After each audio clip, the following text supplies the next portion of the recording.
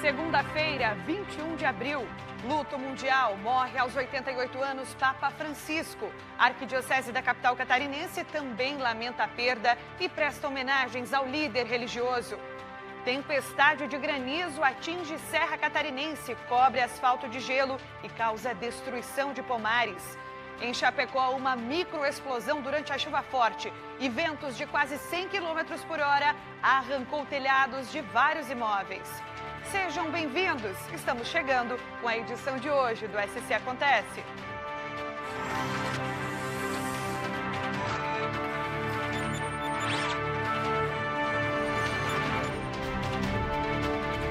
Olá, boa tarde.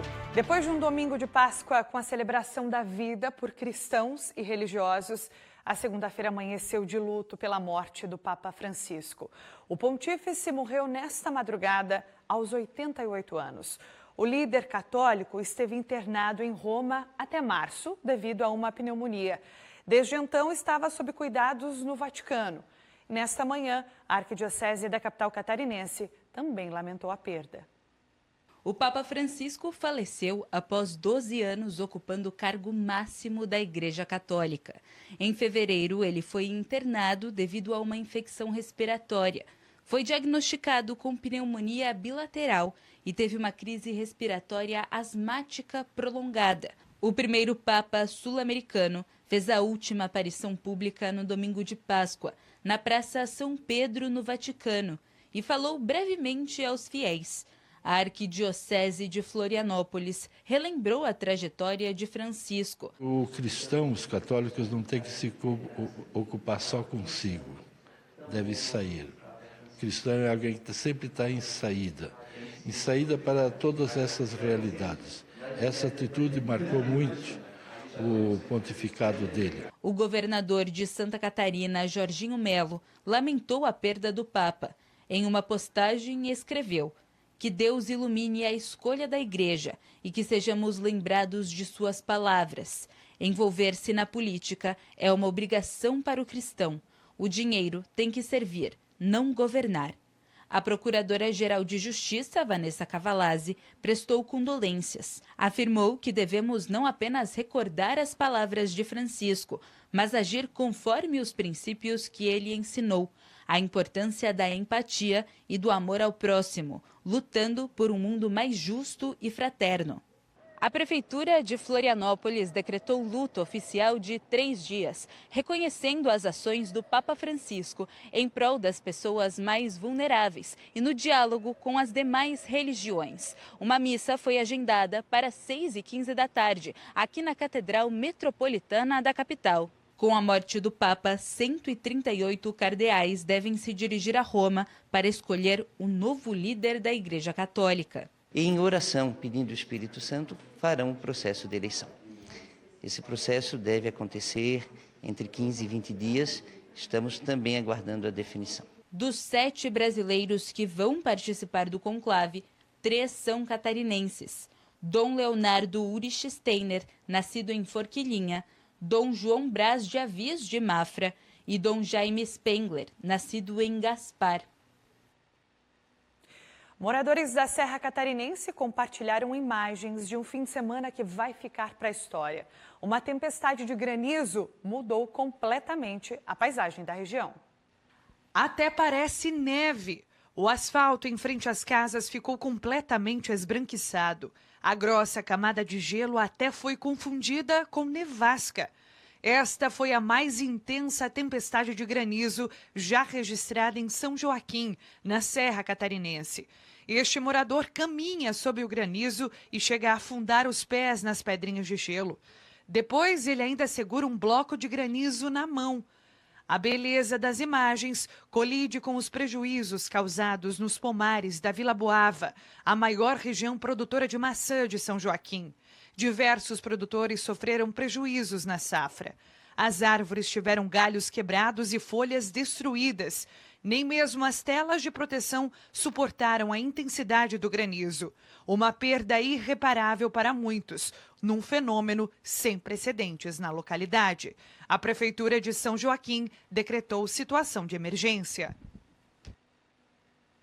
Em Chapecó, no oeste de Santa Catarina, uma microexplosão foi registrada pela Defesa Civil também no fim de semana.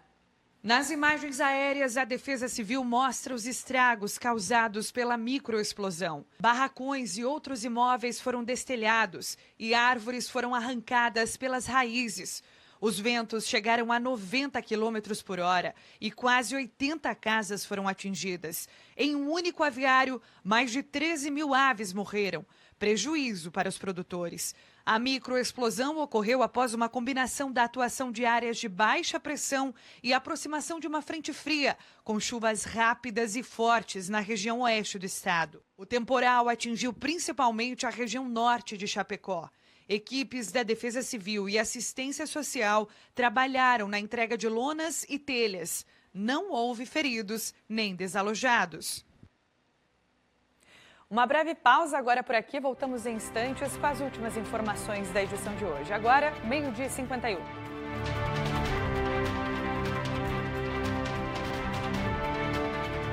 De volta com a SC Acontece. Muito obrigada pela sua companhia. Santa Catarina bateu um recorde histórico no empreendedorismo. Entre janeiro e março deste ano, o estado registrou a abertura de mais de 83 mil empresas e um saldo positivo superior a 40 mil novos CNPJs. Um crescimento de 31% em relação ao mesmo período do ano passado. Os destaques estão nos setores de transporte e armazenagem, com saldo de quase 6 mil CNPJs. Em seguida, vem as atividades administrativas, comércio e reparação de veículos, construção civil e indústria da transformação. Isso demonstra que o nosso empresário, de um modo geral, em Santa Catarina, tem o espírito empreendedor, é determinado, tem coragem, e está acreditando, o nosso estado acreditando no Brasil. Mas por trás dos números positivos, quem empreende no Brasil ainda lida com uma série de desafios. É uma grande dor e é um dos grandes desafios para os novos empreendedores, é lidar com as questões burocráticas e administrativas, né? Porque, falando lá, como a grande maioria são pequenos, então eles precisam aprender e incluir nas suas rotinas atividades de planejamento, atividades de análise, atividades de registro, de prestação, né, de informações para o fisco, enfim, de controle para o seu negócio. Então, esse é um outro elemento assim, que, em geral, exige um aprendizado e é um desafio para esses empreendedores. Vamos visitar um dos cartões postais mais famosos de Lisboa agora e que também é parte do dia a dia de quem vive na cidade, o Bondinho Elétrico 28. O passeio é imperdível para quem visita a capital portuguesa e também continua sendo um dos meios de transporte essencial para os moradores. Agora, então, a gente te convida para embarcar nesta viagem.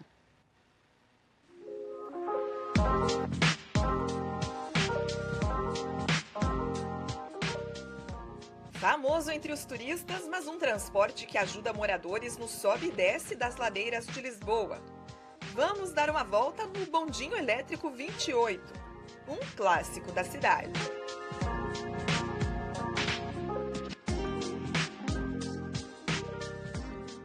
O charme de um dos transportes mais antigos e ainda em funcionamento atrai milhares de turistas todos os dias. Na Praça Martim Muniz, o ponto inicial da viagem é local de fila. O Elétrico 28 é uma das 6 linhas de bondinho em operação e é o mais famoso. Mansi conta que a recomendação veio de blogs de viagem como uma atração imperdível e que escolheu fazer o passeio para poder ver alguns pontos turísticos.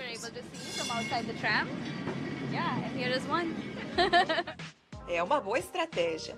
Saindo do centro histórico, este bondinho percorre alguns dos cenários mais emblemáticos da cidade, como a imponente Sé de Lisboa, as ladeiras de Alfama, um dos bairros mais antigos da Europa, o Largo Luís de Camões, a belíssima e imponente Basílica da Estrela e as ruas mais famosas na Baixa Lisboeta. Esse bondinho especificamente faz 33 paradas pelo caminho. O itinerário no princípio era mais curto, Essa foi uma das primeiras linhas de elétrico inauguradas na capital em 1914 e foi criada justamente para facilitar a vida dos moradores que precisavam ir de um lado para o outro da cidade. Débora veio da Califórnia e diz que está na expectativa pelas ladeiras e pelas paisagens. Where I have to hang on, I'm hoping for that, and the views. E quando menos se nota, o itinerário termina. Um jeito vintage, mas ainda muito funcional, de explorar as belezas da capital portuguesa. Encerramos a edição de hoje com a lembrança do Papa Francisco, que ao longo do seu pontificado nos ensinou a olhar para o outro com mais compaixão, simplicidade e coragem. Boa tarde para você.